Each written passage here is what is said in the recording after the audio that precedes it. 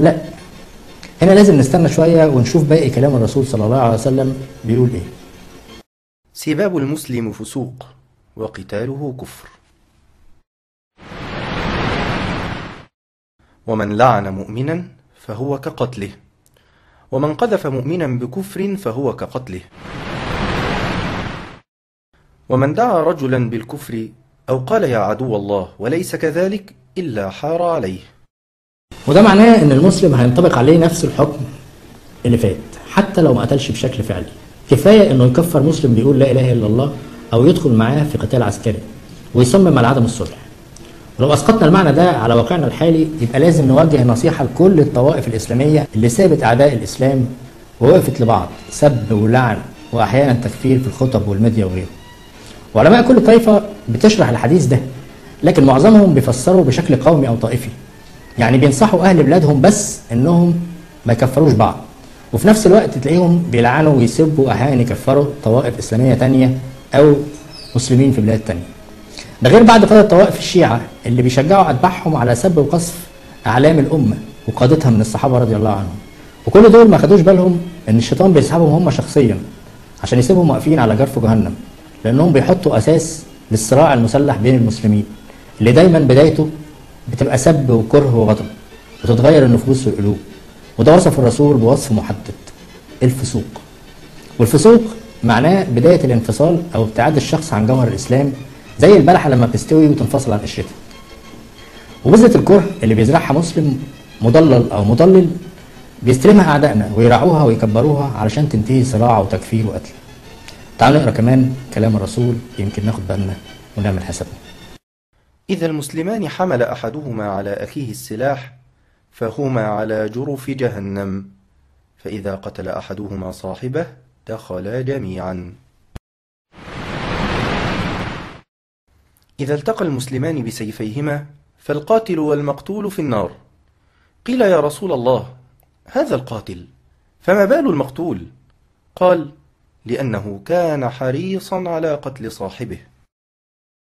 وهنا بقى في موقف جديد يوصل لمرحلة يفصل فيها بين المسلم وكفره شعرة، وهو ان المسلم بس يشيل السلاح بنية حرب اخوه وتتكرر نفس المشاهد. القاتل بيهلل ويقول الله اكبر، والمقتول في نفس الوقت بينطق الشهادة قبل ما روحه تفرقه، والاعلام بيتاجر ويصور ويلعب بقلوبنا وعقولنا، والشيطان واتباعه بينجحوا ويسيطروا. مين صح ومين خرج من الملة ومين المستفيد؟ وفين مصلحة الاسلام في كل ده؟ تعالوا نشوفوا آخر أفعال ممكن تؤدي للكفر.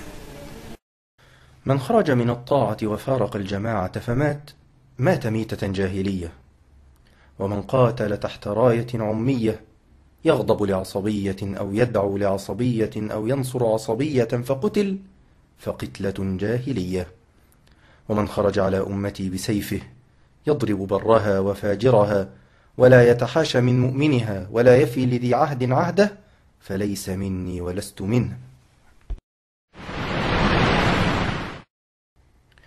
من حلف بملة غير الإسلام كاذبا فهو كما قال، ومن قتل نفسه بشيء عذب به في نار جهنم، ولعن المؤمن كقتله، ومن رمى مؤمنا بالكفر فهو كقتله. من أتى كاهنا أو عرافا فصدقه بما يقول فقد كفر بما أنزل على محمد صلى الله عليه وسلم. ومع ان التصرفات اللي حذرت منها الاحاديث دي بيعملها بعض الناس حاليا، لاني اعتقد ان التعصب وترويع الناس والانتحار والاستعانه بالدجالين والعرافين والفلكيين وغيره هيزيد جدا في الفتره اللي جايه، ومع كل موجه من موجات فتنه الدهيمه.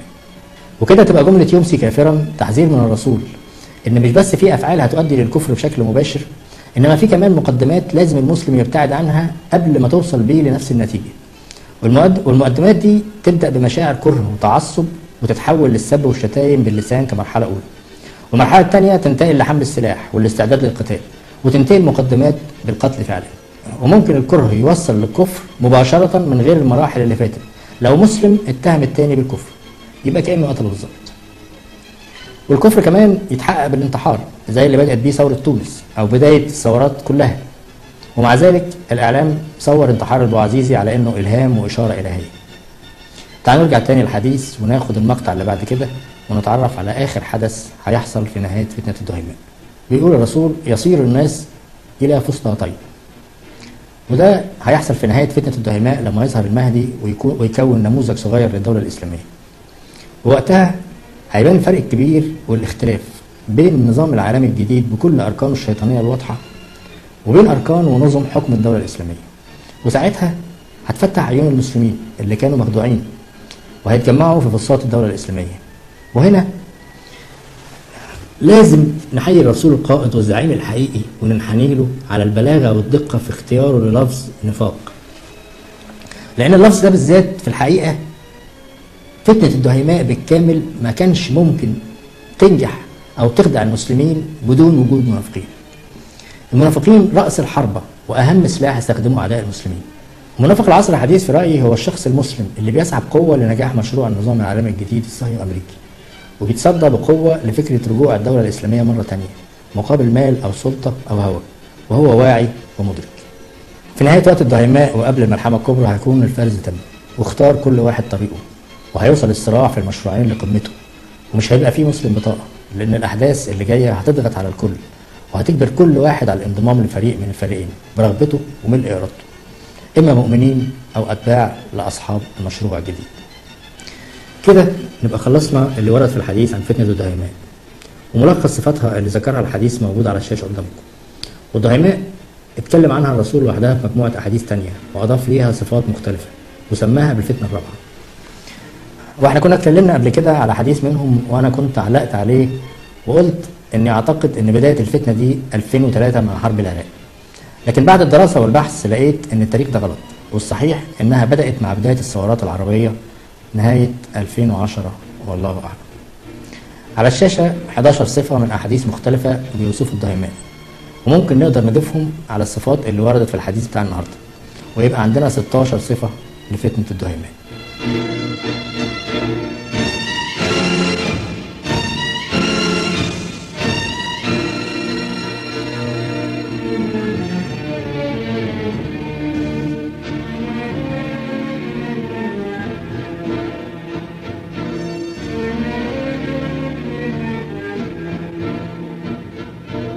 مع نهاية الدهيماء هيظهر جبل الذهب في الفرات، ودي آخر علامة أو حدث هيحصل قبل ظهور المهدي زي ما رتبناهم قبل كده في حلقة الأحداث بالترتيب قبل المهدي.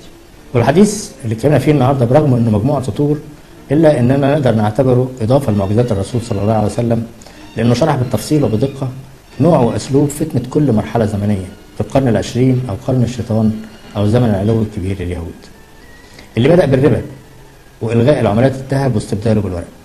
الرسول كشف فيه المخطط والمؤامرة بدقة من 1400 سنة تقريبا، ونقدر نلخص المراحل اللي فاتت دي كلها في 6 نقط.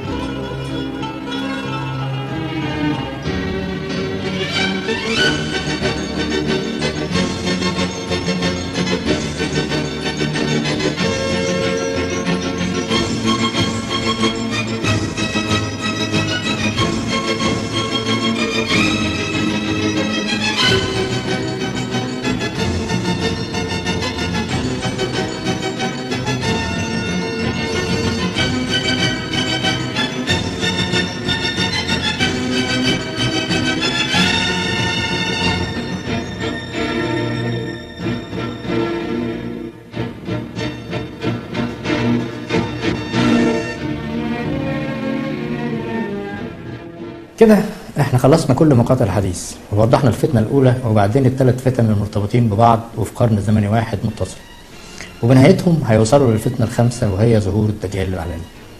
وهم دول نفس الفتن الأربعة اللي اتكلم عنهم الرسول صلى الله عليه وسلم بشكل متفرق في أكتر من 20 حديث ما بين صحيح وحسن وضعيف وموقوف. ولما يكون عندنا عدد أحاديث كتير بتتكلم عن موضوع واحد بدون تعارض بينهم، فده يقوي موقف الأحاديث الضعيفة ويرقيها لمرتبة أعلى ويخلينا نقدر نعتمد على مضمونها كقرائن تؤكد كلامنا. لكن احنا مع الأحاديث المؤكد صحتها بنركز في كل كلمة وكل لفظ مش في المضمون العام بس. أظن كده الأمور بقت واضحة ومتشافة. خلينا نحط في حساباتنا إن كل فتنة من الفتن ال3 المرتبطين ببعض ما كانتش بتخلص، إنما بتكمل مع اللي بعدها. لكن أعتقد إن اللي صنعوهم هيطوروهم أثناء الفتنة الرابعة، وهيبقى القتل بسبب وبدون سبب، ونموذج الدولة اللي صنعوه هيدموه، والقوانين هيصعب تطبيقها، وهيضيع الحق والعدل، والعملات الورقية هيلغوها، والمعاملات هتبقى إلكترونية ربوية بتتحكم فيها مؤسسات بشوية رسائل صوتية، وهتزيد صعوبة كل موجة من موجات الدهيماء أكتر من اللي قبلها، والعاقل هيكون حيران مش عارف فين الحق وفين الباطل. كده بقى فاضل سؤال واحد مهم: إيه التصرف السليم لما يحتار عقلنا في فهم المكر والخديعة؟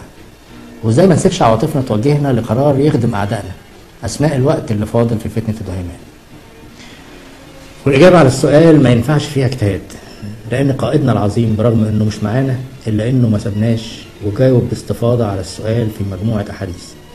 والحقيقة نصائح الرسول كلها كانت موجهة للفرد مش لأي جماعة، وده معناه إن المسلمين في زمن الفتن الثلاثة مش هيكونوا جاهزين للمواجهة، وإن راية الإسلام اللي هتكون صحيحة وما فيهاش أفكار مدسوسة يختلف عليها المسلمين، ومش مخترقة ولا موجهة مخابراتيا، واللي هتجمع المسلمين ما تفرقهمش، لسه أولها ما جاش، ومش هتكون موجودة إلا بعد انتهاء فتنة الدهيماء. علشان كده ولغاية ما تظهر الراية دي، كل واحد هيكون مسؤول عن نجاته ونجاة المسؤولين منه. والرسول القائد بيقول عن طريق حذيفة إن الفتنة مش ممكن تضرك إذا عرفت دينك كويس، لأن دي الطريقة الوحيدة اللي تظهر لك الحق من الباطل. والفتنة في الوقت الحالي بتهاجم عقول المسلمين من خلال جيوش من دعاة جهنم اللي بيلخبطوا المفاهيم ويزوروا في تفسير الحقائق، ورجال دين وسياسة خدعوا المهتمين بالخلافة الإسلامية وفهموهم إن الثورات العربية هي وقت رجوع الخلافة الإسلامية، برغم إننا في وقت أشد فتنة. والفكرة دي لوحدها عبارة عن كارثة، لأن الرسول بيأمرنا لما يجي أوان عودة الخلافة أو زمن المهدي إننا نكون في منتهى الإيجابية، وإننا نمارس الجهاد بكل أنواعه بما فيها الجهاد العسكري. أما في زمن الفتنة فالأوامر عكس كده تماما، وملخصة في عدم المشاركة في أي حدث زي ما هنشوف دلوقتي. والخلط بين الفترتين يسبب أشد الضرر للأمة الإسلامية، لأننا هنتعامل مع الأحداث بالشكل اللي يضرنا وعكس الأوامر، وبالتالي هنقدم أفضل رجالنا وشبابنا للهلاك مجانا، ونأدي خدمة كبيرة لأعدائنا المستعدين كويس وفي زمن علوهم، واللي محتاجين كومبارس كتير مؤيدين ومعارضين عشان سيناريوهاتهم تكون مقنعة. والمفروض إننا نعمله دلوقتي إننا نستوعب فقه المرحلة اللي احنا فيها كويس، ونبدأ في مرحلة إعداد نحافظ فيها على طاقتنا وشبابنا، ونجهز خطط مضادة نعتمد فيها على أوامر القائد والزعيم الحقيقي لينا، اللي قال لنا إن مرحلة الدهيماء اللي احنا عايشينها هتكون مليانة بالصراعات، لكن صراعات من أنه نوع؟ معظمها هتكون مننا فينا، يعني عرب في عرب ومسلمين في مسلمين. والأوامر كانت حاسمة وواضحة في النقطة دي، مهما كان نوع الصراع وأسبابه، ومهما كان اتفاقنا أو اختلافنا. أول حاجة المفروض نعملها إن احنا نبص على أطراف الصراع اللي احنا قدامنا قبل ما ناخد فيه قرار. لو لقيناهم مسلمين المفروض نعمل إيه؟ ننضم لمين؟ نفكر إزاي؟ تعالوا ناخد الأمر القاطع ده من قائد المسلمين ونركز معاه ونقرأ ونفهم ونستوعب. إلزم بيتك وأملك عليك لسانك، وخذ بما تعرف ودع ما تنكر، وعليك بأمر خاصة نفسك ودع عنك أمر العامة. فكف لسانك ويدك وكن حلسا من أحلاس بيتك. من كانت له إبل فليلحق بإبله، ومن كانت له غنم فليلحق بغنمه، ومن كانت له أرض فليلحق بأرضه. قال: فمن لم يكن له شيء من ذلك فليعمد إلى سيفه فيدق على حده بحجر، ثم ينجو ما استطاع النجاه. قال: أرأيت إن دخل علي بيتي فبسط يده ليقتلني؟ قال: كن كابن آدم.